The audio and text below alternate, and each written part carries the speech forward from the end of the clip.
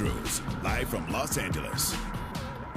Well, friends, the NBA season, it's going to be here before we know it. We're just 26 days. That's it. That separates us from that sweet, sweet joy of opening night in the NBA. Teams around the league, they're getting ready for the preseason to tip off. And teams that are playing internationally, they have already started training camp, including the Knicks. See Josh Hart there on the court with that brace on an injured finger as they get ready to open their season in Abu Dhabi, their preseason rather, against the 76ers. Joel Embiid, he's in the gym, but his status for those games and really for the season still up in the air. We hope to hear from him on Friday along with the rest of the Sixers for the first time since he had surgery back in April. So a lot of questions, right, surrounding the 76ers squad. It's a good thing we have the best in the business assembled to answer them. Bobby Marks, Tim Bontemps, I'm Malika Andrews. And Tim, by this time tomorrow, reporters, they should have met with Joel Embiid.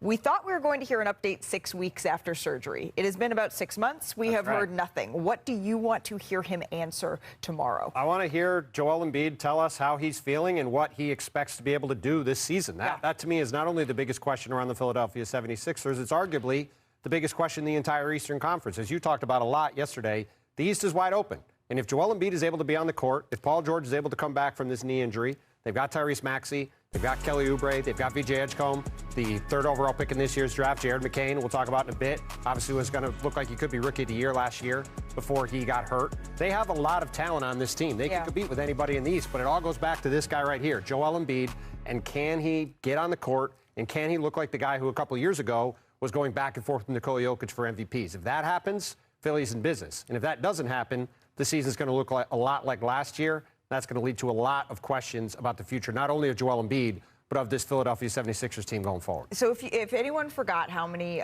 games, as we say hello to our Brian Windhorst, Joel Embiid played last year, he only played in 19 games. That was his fewest since the 2015-16 seasons. This is a guy who averaged a point a minute in 2023-2024. Brian, what have you heard about how the 76ers are planning to manage Joel Embiid here? Yeah, so I know that there's going to be a big focus of when Joel Embiid is going to be able to play. And I'm not sure that you're going to get a firm answer on that tomorrow or even in the near future. What I think the 76ers want is not so much about when he can start playing. It's about when he does begin playing, keeping him sustainably on the court. Yeah. Because he was never right last year. From the first moment of training camp, he was never right. He was fighting against that knee. It took him weeks just to figure out what to do about that injury before he had the surgery. So I know there's such a focus on when to see him out there. It's really a holistic approach. They're really trying to figure out how to keep him upright. And obviously, we also need to hear from Paul George, who had surgery in July, to see when his timetable might be. And I also want to point out, not to focus on the negative, they still have an unsigned key piece in Quentin Grimes, a restricted free agent who's been in a stalemate for months now. That is also unresolved. And Paul George, Nick Nurse, and Daryl Morey, the GM of the team, will all speak tomorrow. And Shams has said that Quentin Grimes, he may not even travel with the team on this upcoming international trip as they try to work out this contract here. I don't like this. I don't like that we've started this show in this segment, and I think if we had turned the word surgery into a drinking game, we'd all be drunk 5 minutes in. I don't like this, Bobby. So can you show us what it is the 76ers are actually dealing with, what they're looking at with their roster here? It's the forgotten team, right? Remember last year's offseason winner, the Philadelphia 76ers? They go out and sign Paul George. They draft Jared McCain here. This is the roster. When we look at it, when it's healthy, I think it can compete with New York and Cleveland in the Eastern Conference. Of course, the question regarding Joel Embiid and Paul George and Jared McCain coming back from that injury. Tyrese Maxey, of course, is back. Here's some of the big questions when we look at Philadelphia. Which Joel Embiid and Paul George will we see this year? Both guys certainly limited last year with injuries. Did we learn anything from last year? Look at this. 15 games together, the big three, one game under 500. Malika, I think this backcourt, when you look at Maxey, McCain, Edgecombe, and I think, when they add Quentin Grimes, could be one of the better backcourts in the Eastern Conference. And the Achilles, the front court depth, when you look at it, at Dembona, Andre Drummond, Trendon Watford, Justin Edwards. I do think there's an Achilles with this Philadelphia team outside of the injuries. the front court depth where there could be something that they're going to have to address during the season. I just remember, and I've said this a couple of times, I went out to the 76ers training camp last season, Brian, and when I went out there, before a game had even been played, what Joel Embiid had told me was, okay, this team is assembled so that I can miss games. Of course, not play in only 19, but this is the way that this team was put together. I'm not sure I see what's different from last season to this season. Do you? No, I think the big concern about Joel Embiid is that he left Paris from getting his gold medal healthy. He was not dealing with any sort of significant knee thing. And when he came to work to begin working up for the season, he wasn't right. And, you know, he searched for a way to deal with that. And, you know, unless that is resolved, in all honesty, we're talking about a middle-of-the-pack team. When Joel Embiid is right, he is one of the biggest weapons offensively the league has ever seen. He elevates them, especially in a conference that is vulnerable. And so as Bontemps said, that health and where Joel Embiid is, not necessarily on August or on October 1st, but where he could be in the back half of the season is one of the most important things we can see in the NBA going into the year. Health is the number one question. You've got to have more than 15 games with your big three together on the floor. We're going to have more on training camps that are going on around the association right now a little later in the show. But let's get to the WNBA because we have a pair of game threes tomorrow night. Let's dive into the Aces and the Fever. It'll tip off Friday, 7:30 Eastern on ESPN2. Remember, Indiana took game one in this series after outscoring Las Vegas 50-38 in the paint. And then the Aces, they took game two after outscoring the Fever by 14 in the paint. And the matchup to watch, it's the Gamecock fight in the paint between A'ja Wilson and Aaliyah Boston. Wilson has won 9 of the 12 head-to-head matchups between the two in the W, and she leads all players in scoring this postseason. Only Wilson is the only player outscoring Indiana's Kelsey Mitchell. She has been outstanding, right? She leads all players in made threes and is making them at a 43% clip while also ranking 6th in paint point scoring. So now joining us from the site of Game 3 in Indianapolis, it's our WNBA insider, Alexa Philippou. Alexa, with this series now all tied up at 1 game apiece, how are the Aces approaching this all-important Game 3? Yeah, well, A'ja Wilson said after game two that, look, game one, they didn't come to work. Game two, it was really what they were looking for. They came to work that day and they played Aces basketball. And so they want to be able to bring that same energy into game three tomorrow night. And what that looks like, too, is Becky Hammon had this really cool analogy where she was talking about, games like this, especially in the playoffs, it's like two energies that are competing against each other. And you need to be the one that breaks the other team's energy and the other team's will first. And we saw that in game two with how the Aces really dictated the game on both ends of the floor, using their physicality and aggression to really get things moving on their end and go out to a really big lead. So for them, they also have talked a lot about not trying to skip steps when it comes to, the emotional highs and lows of series. They talked about it with the first round series against Seattle, and it came up today as they try to not just be complacent with getting, game two, winning that one game by a lot of points. They know they have to come ready to work for game three. But where you're sitting right now, it is going to be deafeningly loud tomorrow night, Alexa. Gainbridge Fieldhouse is one of the most difficult places to play in the league. But the Fever, they need to make adjustments. They need to do something different. How can they bounce back in this game three? Yeah, well, Stephanie White thought that her team didn't really do well in matching the Aces' physicality and level of aggression, and they didn't withstand the punch that Las Vegas was able to give to really start game two. And so for them, we saw a lot of that in how their offense looked. It was pretty choppy at times, Aaliyah Boston told us today, and they didn't think that they were actually making Kelsey Mitchell's job any easier. I mean, we know how much they rely on her to really be the fulcrum of their offense, but they need to make sure that they are moving without the ball and setting screens and just doing everything to really make it difficult for the Aces on the defensive end to do what they want to do. And so for them, making sure they're really strong in that movement should be able to help Kelsey Mitchell out and the overall offense. And they know that being able to be here will be an emotional high back in front of their home crowd, as you said, and that they also want to play free and without pressure, which they've done really well most of the season. I'm looking forward to that Game 3. Alexa, while we have you here, though, another story we're following in the W, the Liberty. They parted ways with head coach Sandy Brondello this week. Brondello had led the Liberty to 2 WNBA finals in the last 4 seasons. And, of course, she won the championship with the Liberty last year. And today, we heard from the Liberty brass for the first time since her dismissal. What can you tell us about why the Liberty made this decision? Because it was perplexing to a lot of fans. Yeah, well, Liberty GM Jonathan Kolb met with a select group of reporters today, and he called this decision proactive, not reactive, and said that it was really a determination to try to continue to evolve with the league and really lean into innovation and adapting with where the league is going. So much so, in fact, that the same kind of effort and conversation was on his mind last year when they ultimately won the championship.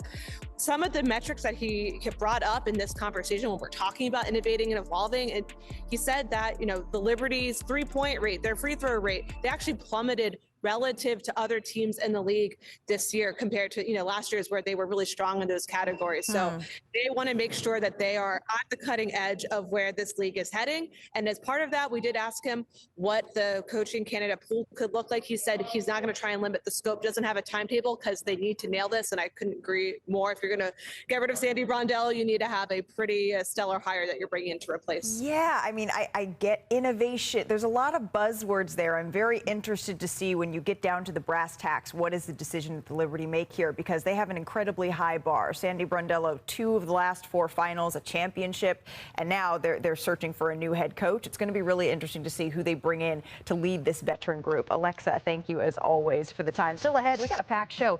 3 legends, 3 different paths. But we'll tell you why one of these players is primed to rewrite the story of the season. Plus, the rankings they're in. But will one of ESPN's top 10 break away from the pack? The players about to make the biggest jump revealed. And Philadelphia going back to black. And we're rolling back the tape. Which plays made these uniforms iconic? Let's just say we have the answer.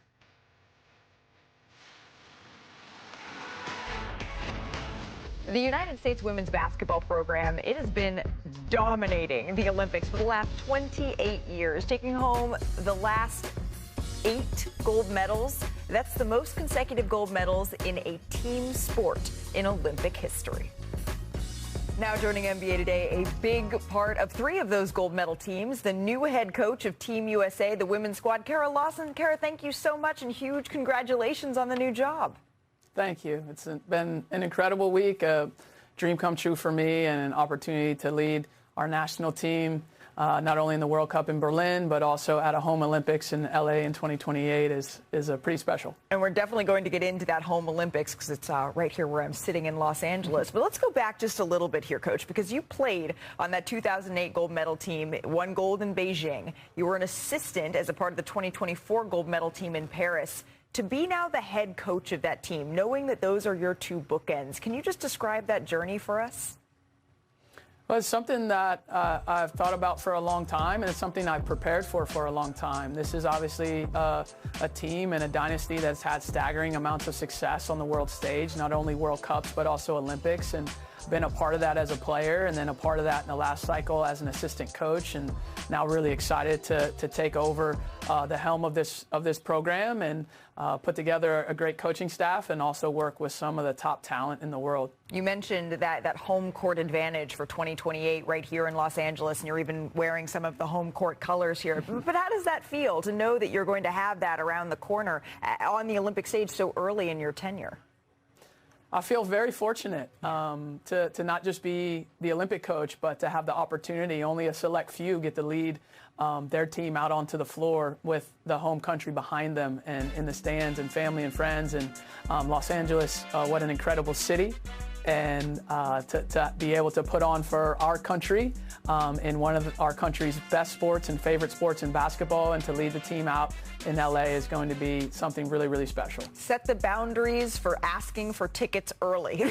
That's going to be a whole lot of it. You're already right? too late. You're already too late. See? They're gone. They're gone. They're That's gone. the message. They're gone. Don't even bother sending the text message. Coach, have you given any thought to who is going to be joining your staff here? That's something that Sue Bird will work on as the managing director of the team, and certainly I'll have some input on that. And the goal is to put together a group of the best coaches that we can find to help lead our team and to be a part of the development of this group over the next few years. What has it been like working with Sue Bird? Well, Sue and I have a relationship that goes back a long ways. We first started playing against one another when we were 10 or 11 years old. That's when it started. And then we played against each other in AAU, up through high school, college, pros, and we were teammates on the 2008 Olympic team. So we've known each other a long time. There's a great deal of respect shared amongst one another. I value her basketball IQ, her intellect, her ability to put the team together, and have full trust in what she's going to be able to do for us. You mentioned the WNBA. Can we talk about these playoffs a little bit? Because they have been awesome. There were 7 players, right, from the 2024 gold medal team, and we got head coach Cheryl Reeve that are all playing for the W championship right now. What has impressed you the most watching this first round and then now the semis getting underway? I love the competitiveness. I love the edginess. I love how physical the games are. It's been a joy to watch. And, you know, now I have to say I'm not a fan of any particular team because now as a USA head coach, I have players on all the teams. So I'm not rooting for anyone. I want to put that out there, anyone specific.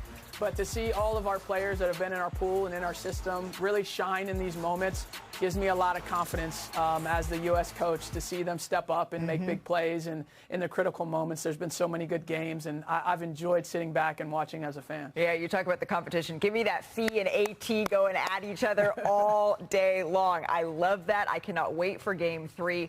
The average age, though, when you look at Team USA that won gold in Paris, almost 32 years old. Take a look at this. No DT. We're not picking on you for making the averages swing one way or the other. But a lot was made of maybe some younger players not making that roster. It was so competitive. Of course, there was so much chatter about Caitlin Clark last go around. How different do you expect, Kara, this roster to look this time around? I think you've hit the nail on the head in the sense that we're so blessed with, I think, maybe the deepest talent pool that we have ever had. I would go as far to say the World Cup team next year and the Olympic roster in 2028 will probably be the hardest roster to make in terms of talent. There's so many great veteran players that have won a lot in their career. But you're right. There are a lot of outstanding young players as well that have come into the league and really helped change the game and really put their imprint on it. So that's what the camps are for, and to watch all these players compete. You're going to have to earn your place on this team, and you do that through your play, not just in the camps, but also in the WNBA season. And so we're in a fortunate position that we have a lot of talent. And I think the roster has always been a dynamic one, Malika. Like if you look from Olympics to World Cup to Olympics, it very rarely stays the same. There is some level of turnover, and so I think historically you would expect that to be true as well. Iron sharpens iron. That's how you get the best of the best. Kara Lawson, thank you so much. Huge congratulations and good luck. You're also going into Duke season as well, so you have a lot on your plate here. We really appreciate you taking the time with us here on NBA Today. Thanks, Malika. Still to come on NBA Today, we have breaking news out of Philadelphia. An unfortunate update. We have breaking news out of Philadelphia. Our senior writer, Tim Bontemps, you broke this moments ago. Yeah, you almost can't make it up, frankly. Jared McCain working out today ahead of media day tomorrow, suffered a UCL tear in his right thumb and his shooting hand. It's unclear how long he's going to be out, but I don't think it's going to be a short-term absence. And obviously again, we just spent all this first segment talking about the Philadelphia 76ers and the Joel Embiid situation and everything that's gone on with this team. Jared McCain had a great first 2 months last year, looked like he was going to be Rookie of the Year, suffers a meniscus tear, he's out for the season, really was pretty much the epitome of how last year went. Yeah. Now they're out without him to start the year. We don't know what's up with Quentin Grimes, who still is unsigned, the Joel Embiid situation, the Paul George situation. It's truly Groundhog Day in Philadelphia. Yeah. Very unfortunately, it's really remarkable we're doing this the day before media. It is so unfortunate for the 76ers. So again, Jared McCain here. We haven't seen him play since December when he suffered that first injury, and now he has an injury in his hand. Brian Windhorst, the impact of this on the 76ers before training camp even begins is what?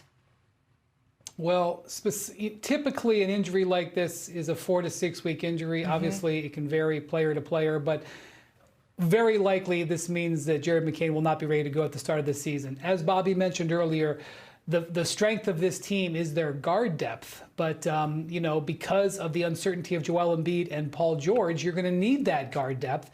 And now that takes a hit. The biggest factor on here is what about Quentin Grimes? Quentin Grimes has been sitting around.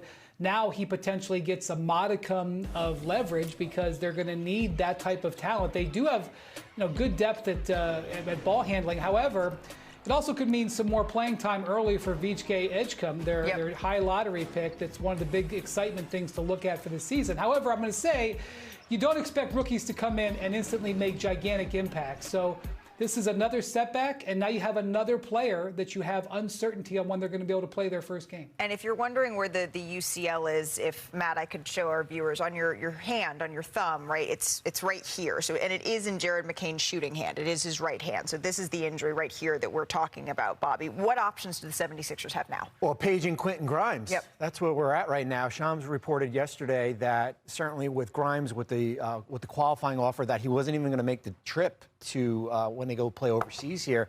Does that make a sense of urgency here? October 1st is the last day for his qualifying offer. Do they go out and try to make a deal? They're miles away from closing a gap on here. And is there a sense of urgency with Philadelphia? I feel like I put the reverse jinx on Philly. Right? Yeah, I do too. This was their strength, and now all of a sudden they lose Jared McCain for an extended period of time. So well, as you said, McCain. Bobby said from Shams reporting yesterday that it's unlikely that Jared McCain or that Quentin Grimes is going to go with the team to Abu Dhabi. That, as you said, that qualifying offer is next Wednesday as far as the expiration date. Sixers leaving for Abu Dhabi on Sunday. And now we have Jared McCain suffering a UCL tear in his right thumb. All right, a lot of action to get to around the association as players are getting back in the gym. We hope that it's a little bit healthier than this, but let's go coast to coast here. We're going to start with Kyrie Irving. Oh, great, another injured guy. Well, he was back on the court, though, getting some shots up. Remember, he did tear his ACL back in March. Tim, until he returns, who should man the point guard position for Dallas? This is going to be really fascinating to see how this goes, because I think there's a real opportunity for, or a real chance, I should say, for Cooper Flagg, the number overall pick in the draft, the guy I'd seen as more of a 3 or a 4, to be the point guard for the Dallas Mavericks to start the season. The thing that's really underrated about Cooper's game is his passing. It's arguably his best skill. Yep. And although it might lead to some short-term pain for them, having a rookie handling the ball, I think long-term it could be the best thing that happened to Cooper Flagg, to get the ball in his hands a ton early with a bunch of talent around him. Look, Jason Kidd did say he expects to do that when I spoke with him at Summer League. All right, let's stick with the comeback players. Why not? Back in the lab, Lonzo Ball getting after it yesterday, ready for a season with the Cavaliers. Wendy, what are the Cavs looking for from Ball this year? I'm very happy to say Lonzo Ball is not injured and really impressing his new Cavs teammates and coaching staff. Kenny Atkinson speaking this week, raving about his leadership and basketball IQ that he's already impressed him with. With Darius Garland expected to miss the start of the season recovering from toe surgery, Lonzo Ball could have a bigger role on the court. But the Cavs view this as like their Alex Caruso move, like their Drew Holiday move. The last two champions had moves like that right before the season. Well, happy birthday to Cade Cunningham. The 24-year-old Pistons star set career marks in points and assists last season. He came in 7th in MVP voting. Bobby, what are the expectations for him this year? Well, he's coming off an All-NBA, and if you're in Detroit, you're saying, what about us? Everybody's talking about Atlanta and Orlando. Here's a Pistons team that was the darlings of the NBA. The hardest thing to do is take that next step to be one of those top 4 teams. We're going to see how the impact of losing Dennis Schroeder and Tim Hardaway Jr. Right. They do get Jaden Ivey back this year. Oh, Matt, and the Pistons are one of the more fun stories around the league last year. Did you guys see this? Zion Williamson, he was working out with the Pelicans training camp. And all right. Tim, he's looking like he's in phenomenal shape. Could this be, I know we say this every year, but I want it to be the cusp of the best season of Zion's career thus far. Let's just see Zion Williamson play 65 or 70 games, right? Like, let's just see him get through a season healthy. At this point, if he does that, yeah, it'll be the best season that he's had. And look, Zion looks great. He looks healthy. He's trimmed down. Like, it's great seeing him doing this stuff in camp, but let's see him doing it all the way until March and April. If he can do that, Pelicans will be thrilled to have him out on the court that much this season. Tough Western Conference that the Pelicans are trying to crack here. ESPN has released the top 100 players in the NBA rankings, and today it was the top 10. Interestingly, the top 5 all-international players. Current MVP Shai Gilgeous-Alexander came in just behind Nikola Jokic for that #1 spot, mirroring your guys' poll, right? Yep. And take a look at spots 7, 8, and 9. The legends, that's where Steph Curry, LeBron James, and Kevin Durant, they all reside, boom, boom, boom, right next to each other. So, Tim, which of these 3 do you think is set to have the best season thus far, based on the reporting and things you're seeing around the league? I would say Steph Curry is. And look, I think you can make an argument for any one of these guys still, but I think when you look at where Steph is in his career, he's obviously, when he's been out on the court the last couple of years, he's still a guy that strikes fear in opposing defenses in a way that very few guys in the league can, with his shooting, his ability to move off the ball. And this Warriors team, again, let's see what happens with Jonathan Kuminga, but assuming that gets resolved sometime in the next week or so, They eventually get Al Horford signed, to get Gary Payton back in, to get DeAnthony Melton back. They've got a ton of talent around Jimmy Butler, Steph, and Draymond Green. And this is a team that won 48 games last year with Jimmy Butler only on the team for the second half of the year. So I really like where Golden State's at overall. And if they can keep Steph healthy, I think he's got a chance to have a really great year for the Warriors. I'm expecting all three to be in the top 10 a year from now. That's what my expectation is. So that means you're expecting LeBron to be coming back again another year. Wow, putting me on the spot here. I'm just doing it. You did just say it. Yes, I am. I am Okay. expecting him to play next year. Now, where is he going to play? That's going to be, we don't know that yet. But I do expect where these three players are right now, they're going to be playing at a high level right now. The one question for LeBron, though, is where is he health-wise? I think that is going to be, and we'll see when Media Day opens up next week, is where is he, because that Minnesota series, limping off that court, that's my big question for him. Right. When we look at the top 10, though, clocking in at number 5, we mentioned the top 5 all international players. And you see in the top 5, Victor Wembanyama is number 5, behind a handful of MVPs and a player that we expect to win an MVP, if not this year, then in years to come. Brian, when you're looking at the player who has the biggest chance to make a jump, is that where you're circling, or did your eye go somewhere else? Yeah, he is the outlier in that top 10. As you mentioned, MVPs, champions, all NBAs. He's got none of those. And really what I think you're expecting is the Spurs to make a jump, because you can't get a top 10 status in the league unless you're leading a highly competitive team. And the Spurs are, slowly building around him. His last season was derailed by that blood clot. But Victor Wembanyama is in the zone where you start to see players make a difference for their team. Year 3 is where you often see players make a leap. If Victor does that and leaps into that top 5, the Spurs need to come with him. And if they don't, he's not going to get those accolades. That's just reality. Yeah, that's the thing I'm really fascinated about, is see how this Spurs team looks a few months from now and looks a year from now. It's going to be very interesting to see how De'Aaron Fox and Dylan Harper and Stephon Castle all fit together. I think the fit there is very questionable. And outside of those guys, there's questionable talent in terms of the front court. Where do Keldon Johnson and Harrison Barnes fit long term? Can Devin Vassell stay on the court? This is still a picture that's very much coming into focus in San Antonio around Victor. And I'm not entirely sure this team is ready to have Victor be in the kind of conversation that he is, being 5th on this list. As Brian said, you're in that conversation if you're making the playoffs, if you're maybe winning a round in the playoffs. Are the Spurs ready to do that? I'm not sure. They have a lot of young talent, but let's see how far it goes. And as far as jumping up as much as you can on that list, it's very hard to get to number 1. But as you mentioned, Malika, the one guy in that top 4 that hasn't won an MVP is Luka Doncic. There's been much talk about how great he is in shape, how he's ready to go. He's coming off playing well for Slovenia at Eurobasket. And I think there's a chance that if he comes back and has the year he's capable of, he could be number 1 a year from now. I don't disagree with you, Bobby. Don't forget about Giannis.